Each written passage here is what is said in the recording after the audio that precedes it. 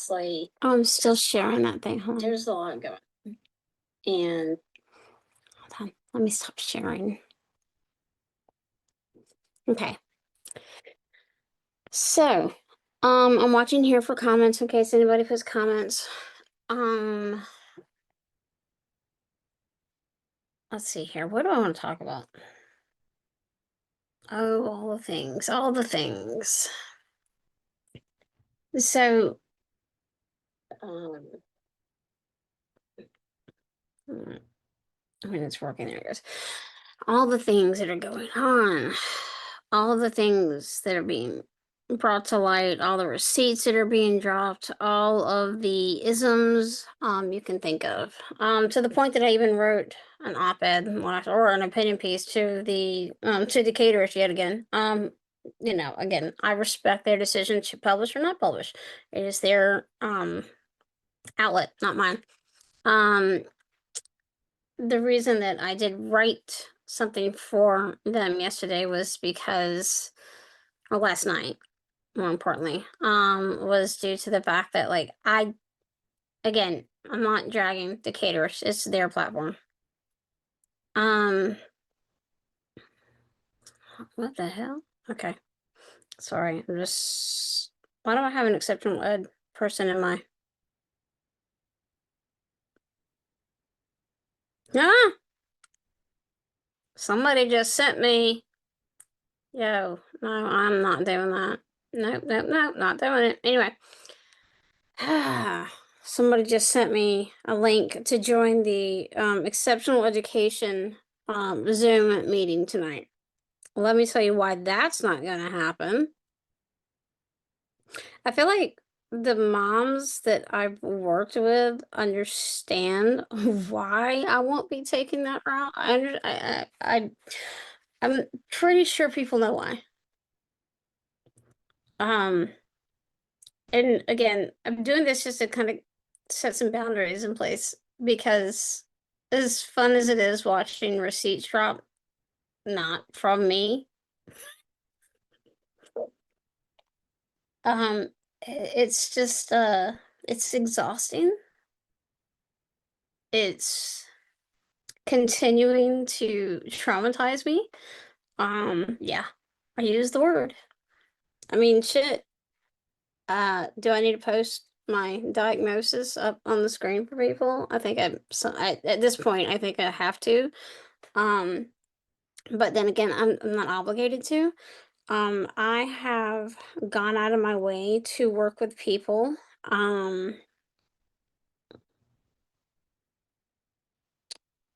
In the district, or not in the district. I've gone out of my way to help parents and to help people find the things that they need. Since the day that everything happened, I'm looking at all the emails that I have, by the way. These are emails from parents. People that I don't know. Okay, so just like I'm trying to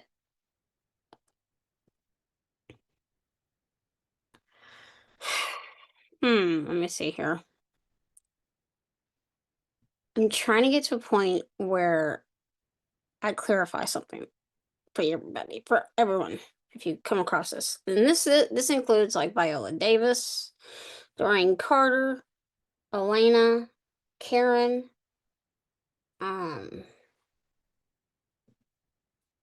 Park Cannon, Sam Park, Stacey Evans, Emmanuel Jones, Hank Johnson, like you name it. So here's the thing that I wrote to Decatur's last night.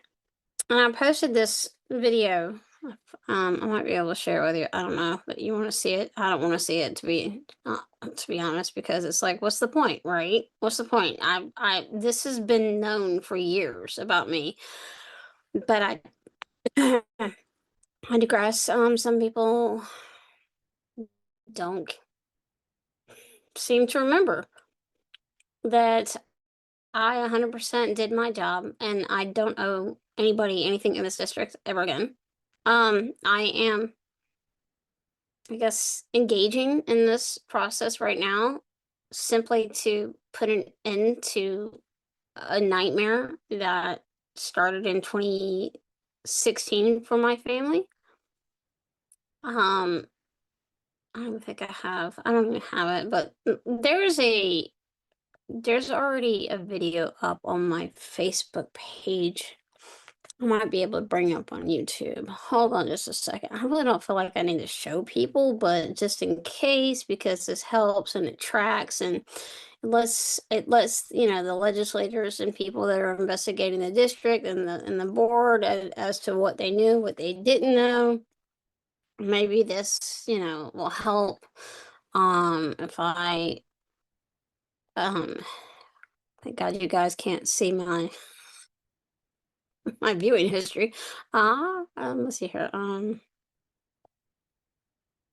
There it is right there. Wow. 409 views, guys. Like, what are you doing? Y'all are being extra. I'm gonna do this. I'm gonna hit pause. Okay. All right. I'm gonna play this, and you guys have to understand at the time when this was filmed. All right. This playback speed normal. When this was filmed and recorded, this was back in 2019. So we didn't have all these fancy tools like to chop videos up and make them look better. Now, granted, I have all those tools now because I've been doing my own podcast for I think 2 years now. So I've got all the tools. I just haven't had the desire to go fix this one. So if the audio is bad, I'm sorry. Let me see if I can pop this out into a new window. Hmm.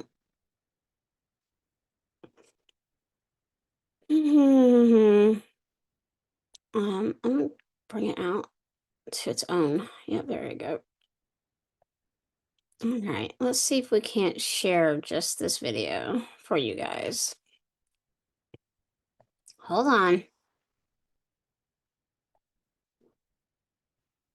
I'm gonna hope you can hear the volume as well. So hold on just a second. Okay, there it goes. All right, so here's my speech from November of 2019. I don't want to be here today. I never wanted to be here, but I'm here on behalf of the most vulnerable children inside. Right. I am here on behalf of the most vulnerable children inside the district and across the country. I hope that I've managed to finally get your attention. I know I now have the attention of the state. I am that mom. That phrase is used to define mothers and children inside of special education who refuse to take no for an answer. My topic is on special education, and it was going to revolve around the district's outright neglect for those children diagnosed with dyslexia. 1 in 5 children inside the district and across the country have this diagnosis, but here we are in 2019 and fighting over services for a learning disability that's been studied for over 75. I do need to chime in and just point out to people, maybe I should make this a little bit larger. I don't really think I need to go into theater mode though. Hell no. Well, maybe I do actually. Let's go theater mode. And then we are going to try and so what I'm trying to do is show you like, well, if I could span back, which I can't, this entire where they hold the Board of Education meetings at the palace, which we refer to it as, or maybe just it's a handful of us that refer to it that, I don't know. This was back in 2019 when all hell was breaking loose. So I had spent that summer along with several others in the district. One being Kirk, who is I'm gonna give him, like, he's been doing this for longer than anybody, but Kirk was there. We were all there. This is how Educate Dunwoody formed. Unfortunately, I don't know why my name was attached to it because I damn sure did not agree with them on about everything. The only thing we agreed on was the fiscal mismanagement and the conditions of the schools that our children went to school in. So in 2019, there was a large effort on behalf of Dan Drake, the then I think Dan Drake was either the COO or CFO. No, He was a COO. No, CFO. Yes, because Dan Drake wanted us to take go bonds out under Stephen Green to fix the schools and to do all of these things to the district to improve the conditions in East Bluffs, all these things. Right now, imagine our shock and awe when we find out how much money we actually had within East Bluffs. But then imagine how we felt when we found out we had like, oh, I don't know, billions of dollars. So why would we take a go bond out? It's a weird flex, right? So I'm gonna get back to this. So just pay attention. The people that are sitting behind me in this video, as an FYI, these are individuals from my son's school. Oh dear God, what did I just do? These are individuals from my son's school. And these are the same individuals who ran me out of the district. They didn't care that I was speaking on behalf of every child in that district who had just been denied FAPE when they took their MAPS testing. They didn't care that I was speaking on behalf of every single child that had an IEP in 504 in the district. They were there because they didn't want the neighborhood values to go down with redistricting. That's why they're there. But you won't see one of those individuals in this video blink or stand up and give me an applause. So this should tell you some things. Here we go. 5 years. Sidebar, working on the handbook, by the way. I was going to inform the board of just how much money parents pay to private schools to make sure their children are given the opportunity to read. The science of reading shouldn't run parents $40,000 a year. However, that's exactly how much money is being handed over to private schools versus your public schools. I'm here to represent all of those mothers that were also that mom at one time, but are now on a gag order imposed on them by the staff inside central office. On October 25th, this district was found to be out of compliance with my son's IEP. Only it wasn't just for my child. That formal complaint instructed an administration inside this district that they now have to come into compliance with federal IDEA laws pertaining to the children's IEPs. I have been filing formal complaints on behalf of my child and every single child inside this district for 4 years.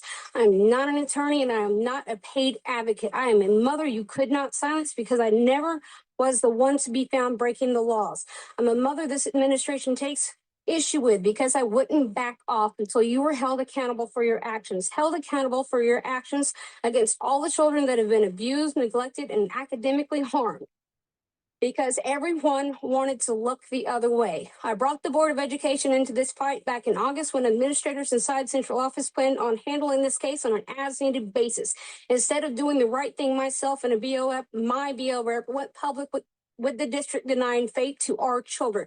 Only then were parents informed that their children have been denied their accommodations inside their IEPs to retest. My goal has and always will be the same. These children inside of special education deserve the same education and rights their normal peers receive. Our children inside special education deserve to be seen and heard. The staff in our schools who want to advocate and speak up for our children should be heard and not be retaliated against. They should be thanked and be given praise they deserve. The staff inside our schools that place their jobs on the line to protect our children from harm should be praised and given all the awards. This district has bullied and threatened parents. This district has discriminated. Okay, so I'm gonna turn that off. Stop share. Turn it off. So let me get over here real quick and turn that off so it doesn't start with an autoplay, which it likes to do to me every now and then. All right, so as pertains to engaging with this district at every level, and I truly mean that because the thing that I never ever wanted to do was to show my face. I never wanted to show my face. I never wanted anybody to know who I was. I did my best work behind the scenes. I still do. I never wanted a face attached to my work because I knew if everybody saw that it was a white mom raising all the hell in a district where only 5% of the students and parents are white, it would likely diminish everything I was doing. But I was also told later in life by people that I respect at, those that run things like the Black Literacy Matters conference, and the amazing neuroscientists, like Dr. Julie Washington and Dr. Tracy Whedon and Clarice Jackson, Kareem Weaver, Sean, known as Dr. Dyslexia Dude. I was later told that who better to speak on behalf of a district full of black and brown children than me. They said that I did the right thing and that I was the right person to do it. So that's how I got into showing my face, and I have regretted it ever since, but I have had some really cool things take place due to that, but at the cost of my mental health and my child becoming collateral damage, because I didn't take no for an answer, and I still don't, and I never will. I am just likely the most stubborn woman you'll ever meet. I am from the South. That's why my podcast is named Welcome to the Dirty South. Unfortunately, due to the events taking place right now, I'm having to pivot from that project and go back to my pesky dyslexia parent life, because apparently I need to drop receipts and remind the district of all the things that they've had to endure because of me, dating back to 2016 in the media and on social media. You remember when Stan Jesser used to drag the school district on social media? Remember when Stan and I would tag team the district and the administrators inside DeKalb County on his blog? Do we need to go back to those days? Do we actually even have a board rep who has the balls to do that anymore? Because I haven't seen it. I haven't. I haven't seen that energy since we lost Stan, Orson, and Irwin. I don't see that energy. I don't see the empathy for children or parents in this district from any board rep. Well, sans Owette and Tiffany, but I'm still kind of trying to figure those two out, but they seem to be the more rational ones. What you as parents in this district who have children inside these schools need to understand is this. I think it's like 20 years ago. About 20 years ago, shit, it's been going on forever. There's a playbook in this district for how to retaliate against vocal parents.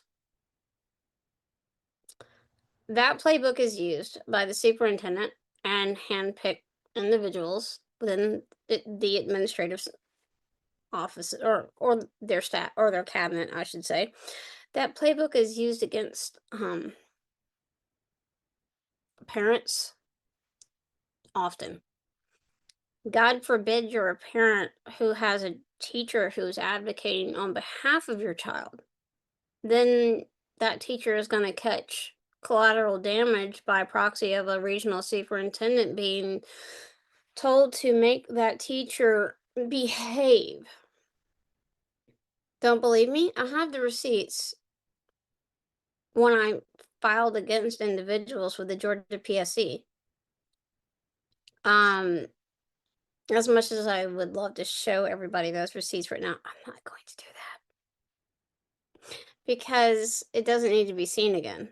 I told the BOE, I told the board, why are you putting that person back in the school? I got that person demoted on purpose.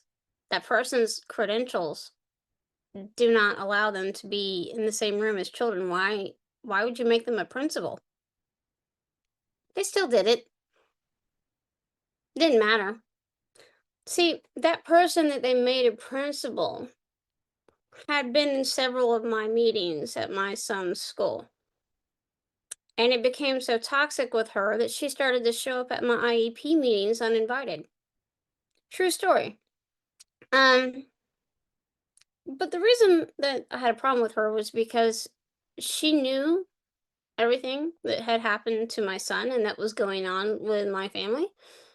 And instead of being proactive, she and she started to retaliate against my son's principal. And she began retaliating against the teachers in my son's school who were advocating for my son's mental well being and his physical safety. She sat in a 2-hour meeting with myself and principal and staff members and parents who had witnessed everything, and she listened to what they said. They investigated, meaning there was an internal investigation within the district. The teacher was found guilty by the district, but that individual, with orders from the then superintendent, was told to stand down, and that my principal, who had the autonomy to fire and hire whomever she wanted in her school, was not allowed to fire the very woman that they had just found guilty of everything. Weird, except not, because that's how it works in our district. So I wrote, I'm getting back to why I wrote to Decatur's an opinion piece, which again, it's up to them to publish because it's not the first time. I wrote one back in May. This is the second one. It's kind of like the one in May was a precursor. The Emperor's New Clothes, or that's what I referred to it as. Because it had become glaringly obvious to me, some things were coming back to back to this light, back into light that I had seen before, and furthermore had been on the receiving end of. Now I'm watching as several parents endure this. And that's something that breaks my heart because I can't stop that hemorrhaging. I mean, I could, but I'm not going to. I can't keep putting my family in a position where I re-traumatize them all over again, which that 100% has happened yet again. And no, not from this firing or resignation of Horton. I already knew what he was up to. I'd already filed numerous complaints. The Georgia DOE got served because of one of those complaints. They got served by the feds. So the Georgia DOE is just as complicit as everybody else in everything going on in DeKalb County, because God knows, if anybody is responsible for the mess in DeKalb County, it would be the Georgia Department of Education. You could also, I don't know, blame some folks on the Georgia Board of Education, but those individuals who put people in the district who are no longer in the district, or put these people in the district, they're no longer on the board. They were appointed to the Georgia Board of Education by Brian Kemp. I think there are maybe 4 left. Now, the one Georgia Board of Education rep I know to be a good human did the best thing that ever happened to DeKalb County. One of his people from Bibb County, Kilcrease is her last name. She was inserted into the district by the Georgia Department of Education to get things under control, including the Board of Education. So Kilcrease came in and did what she did. Kilcrease should have always been chosen as the superintendent. She should have. And they know. Kilcrease is a very solid person, and she knows what she's doing. I would even argue that you need to reach out to Nikisha Towns, who was Brian Johnson's right-hand person with the Mississippi Miracle that occurred. Brian Johnson is the superintendent in APS. Brian Johnson took a district in Mississippi that was last in the country to somewhere around 10th in the country with the assistance of between him and Nikisha Towns. Nikisha Towns arrived in Georgia by proxy of Calvin Watts. Calvin Watts discarded Nikisha Towns because she was not pleased with what Calvin Watts was doing. I can say this with confidence as I was on Calvin Watts' advisory panel when he came into Gwinnett County. So DeKalb County is not unique. What I do is not unique to DeKalb County. I don't work in just this district. I help parents in every district. DeKalb just happens to be the one that's the thorn in my side. And they won't go away. As much as I try and make it go away. So that's kind of something I wanted to bring to the public's to the forefront. So for the board reps and for the elected officials out there who got to read an email from me this morning that was sent to the Georgia Board of Education. You all know what you're supposed to do. You know what you can do. You know who to go to. You know how to make this happen. If you're going to study what happened, what went wrong, and what the involvement was, well, then I'm tasking you with that. I'm giving you the data. Use the data. I'm tired of seeing parents put on restraining orders. I'm tired of hearing stories about things done to children that can't be undone because these children aren't here with us anymore. Did you hear the mom? 2 moms spoke at the last board meeting about their children who are no longer here. And it was by proxy of events that took place in schools in DeKalb County. We've never had people speak publicly like that regarding the loss of their child. I know because I've filmed every single board meeting since, I don't know, I think I've started doing that in 2019. No, 2018. I've been filming these in real time. And I've never ever seen a parent, let alone 2 parents, come to the board meeting and speak on behalf of their children who are no longer here. Them literally begging the district to do better. As somebody who had to do the same thing, as somebody who had to call the cops, not the SROs, the cops, to intervene on behalf of my child, who they took my child's statement. Individuals who no longer work for this district made that police statement go away. Unfortunately, I had the original because the SRO I worked with in DeKalb County made sure I got my hands on it, and he walked me through how to file everything. So that's what I handed over at the end of the meeting. Or at the beginning of the meeting, which if you watch the full video, you'd see me hand over a packet of paper.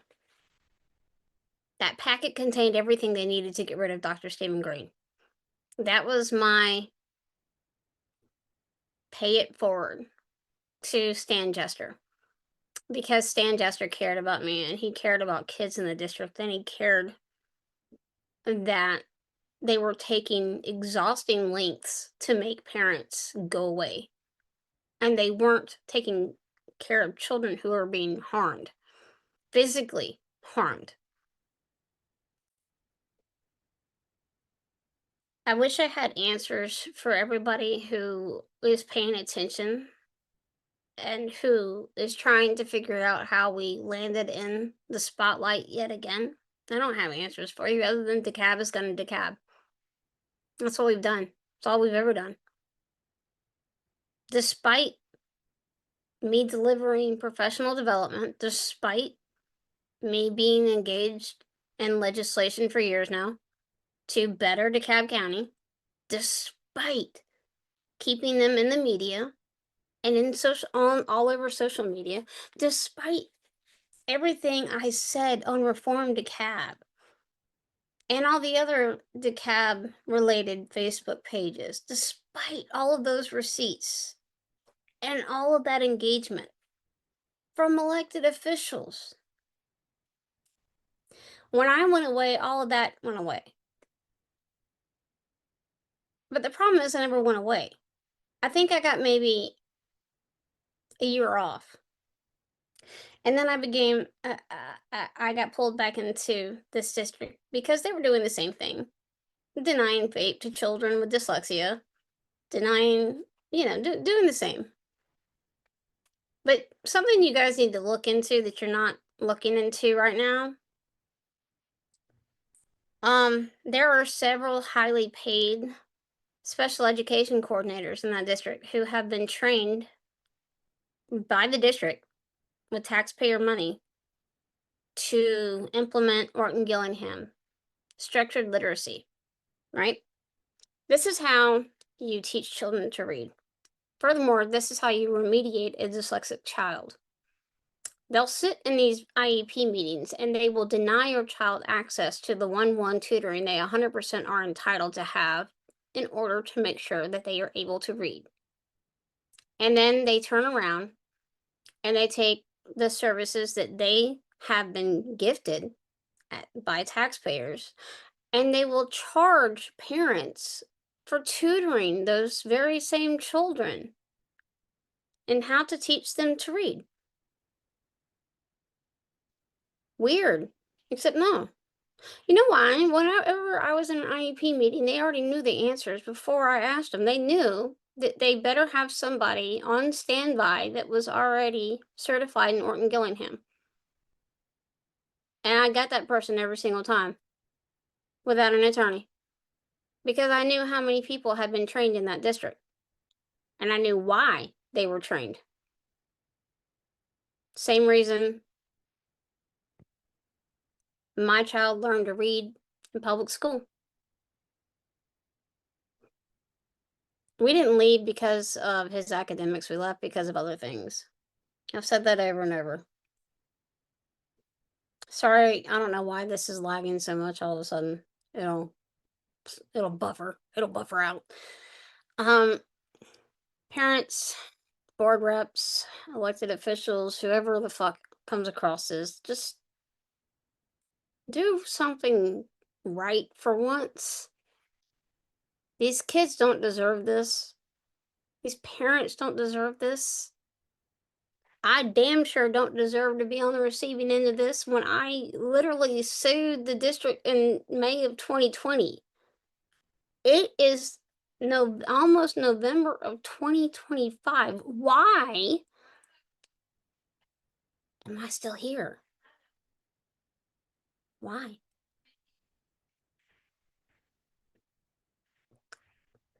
The reason I'm still here is because I can't quit. I want to quit.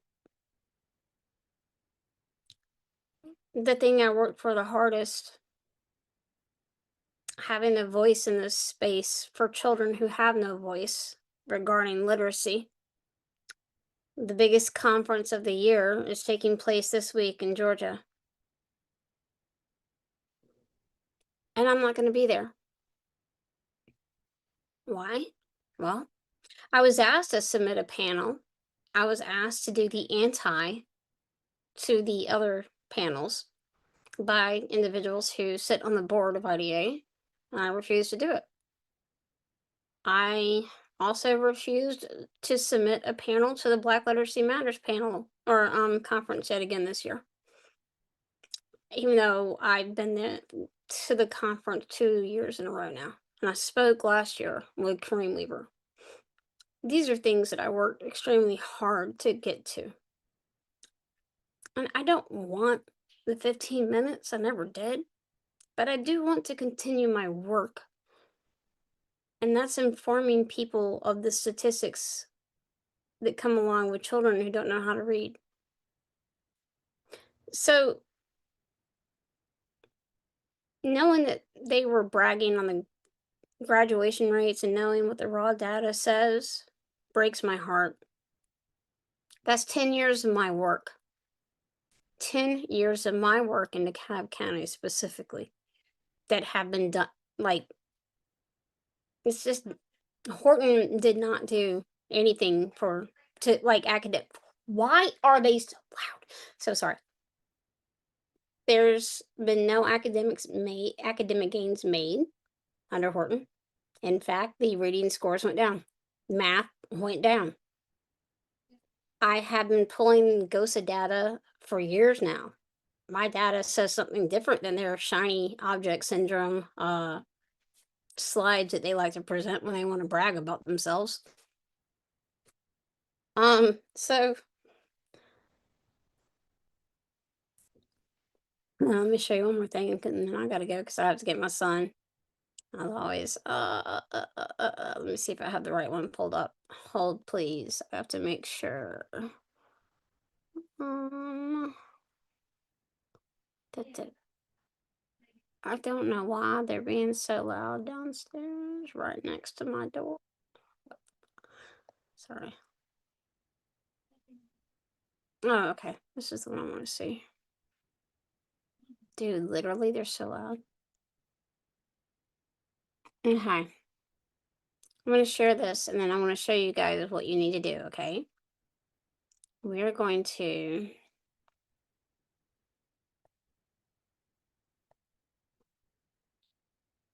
Okay.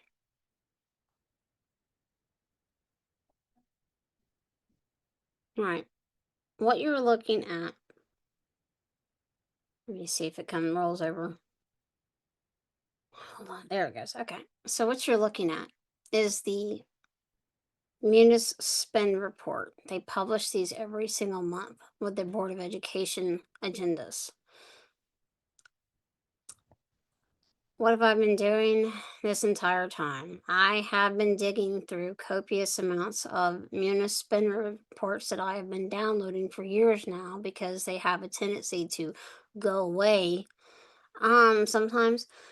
This one I found interesting. I'm pretty sure this is the one where I found a P card purchase for, is this the P card or is this the settlement one? I think this is the settlement. Yep, there's a legal fee. There you go.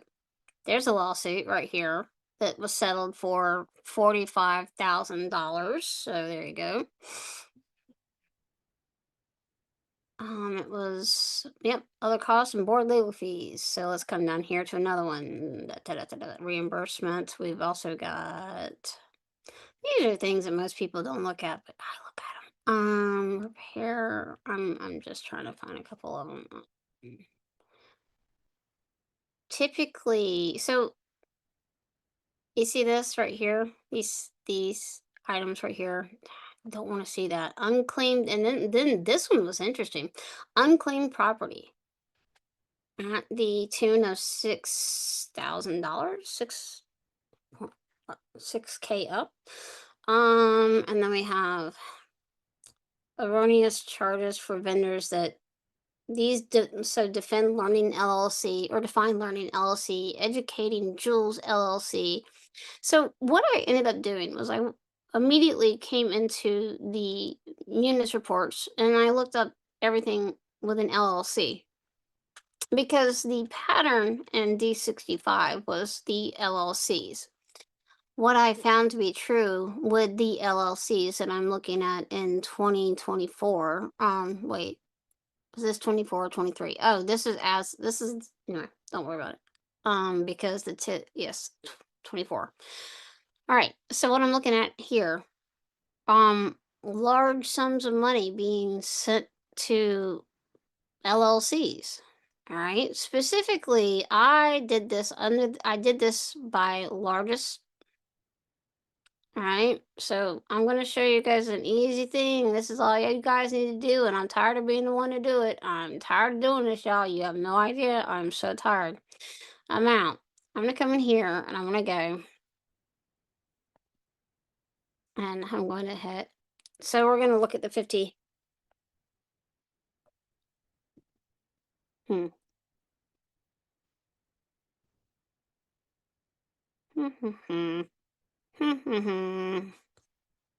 on. Oh, I'm putting a period. Sorry. Oh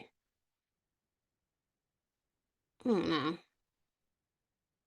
I can't find it. But what just come down here. It's just easier. I'm gonna blow it out. Let's clear my filter. So sorry. Oh my god. They're so loud. I don't know why they're so loud. Hold on. So I wasn't prepared. Full disclosure, I wasn't prepared to show this, but anyway, I sorted this on LLCs, and if you're focusing on the 50K and under bucket, I would charge the DOE or the board in DeKalb County and your P card audit that you're doing, I would suggest maybe, just maybe, don't cut off at the 50K number, because you see all this stuff right here. There's a lot of LLCs. Imagine Learning. Eesh. School specialty. Eesh. Plant Marine. Okay, so when I went back and I looked at the contract for them, let's see here. The contract we had for them, I don't think that it was supposed to be as high as it is. I'm pretty far. And then we've got Brain Pop, which isn't legally allowed to be used in the state of Georgia due to HB 538. We've got McGraw Hill, legally not allowed to be used in the state of Georgia due to HB 538, HB 537, and SB 93. We've got a lot of things that are not legally allowed to be used in the state of Georgia based off of the amount of legislation that we put in place to make sure children were afforded the right to read. So yeah, Control Concepts LLC. You know, all you have to do, like I said, go into the Munis spin reports, man. Start looking. Just start looking. It's that simple. You're gonna find all the bodies there. You guys are looking for the bodies in the wrong area. You can go, and I'm not dragging anybody. I'm just giving you a heads up on how to do this. Go look at their finances. Follow the money. Follow the money. That's what you're always supposed to do. Follow the money. Now, yes, I'm an analyst, so it's easy for me, but I hate math. But irregardless of that, I landed in an analytical world and programming, and all of that requires math, and I sucked at it. But yeah, I landed in the risk mitigation, SQL programming, SAS programming, cybersecurity, systems admin arena, business intelligence analyst. I was working in fraud, waste, and abuse before I lost my job due to having to take FMLA for my PTSD being triggered again. So I'm just going to caution the parents that are being loud right now. They're going to come at you hard and quick. Make sure you have concrete evidence. Make sure you vet it. Don't listen to the whispers and the rumors. It has to be concrete. Go dig in their finances. Go dig in their board meeting notes. You're going to find everything you need to see there. I've already found it. I haven't sent everything to everybody, or anybody actually. I think I've sent like screenshots, but everything I've got, I haven't sent. But that's how you fix this. You fix this by using publicly available data, not data that you hear rumors about. Don't ever put anything out there that doesn't have copious amounts of public documentation attached to it. They can't come after you if you're using data that they themselves have posted. Keep that in mind. Also, they can't come at you if you are speaking about them on social media in a light that they don't appreciate. Because in the state of Georgia, Chris Carr has something called sunshine laws. Sunshine laws prevent people, citizens, from being sued for things that they say on social media regarding elected officials in the state of Georgia, him included. So I will caution you, whatever you do say, maybe reword it, maybe use initials, but hell, if you have the receipts and you have somebody's name on it, or, you know, if they happen to be talking and you recorded it and you happen to have their face in that recording, you can use that too. So just be careful, because they're going to come at you. And I don't want you guys to be baggage, because it sucks. But I'm going to go get my kid now. So you guys have a great day. All right. Bye-bye.